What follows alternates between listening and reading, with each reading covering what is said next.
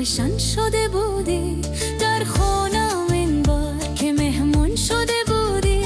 ای یار چرا باز پریشان شده بودی؟ یک بوسه به من دادی و شد چشمت پرنم. از کرده خود باز پشیمان شده بودی، از کرده خود باز پشیمان شده بودی.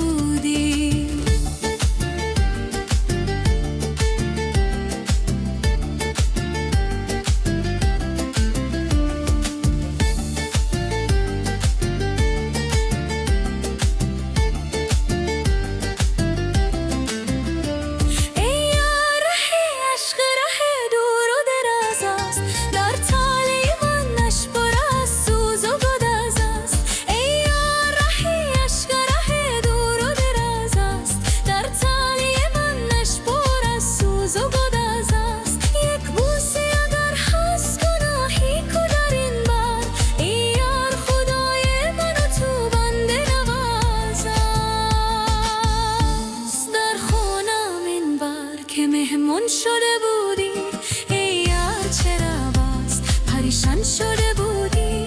یک بوسه به من دادی و شد چشمت پرنم. از کرده خود باز پشیمان شده بودی، از کرده خود باز پشیمان شده بودی.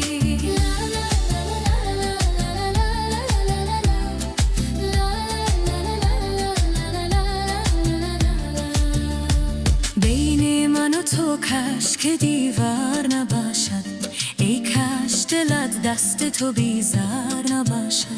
بین من و تو کاش که دیوار نباشد، ای کاش دلت دست تو بیزار نباشد. من میروم از شهر و دیارم به غریبی، قدر من اگر پیش تو بیشار نباشد.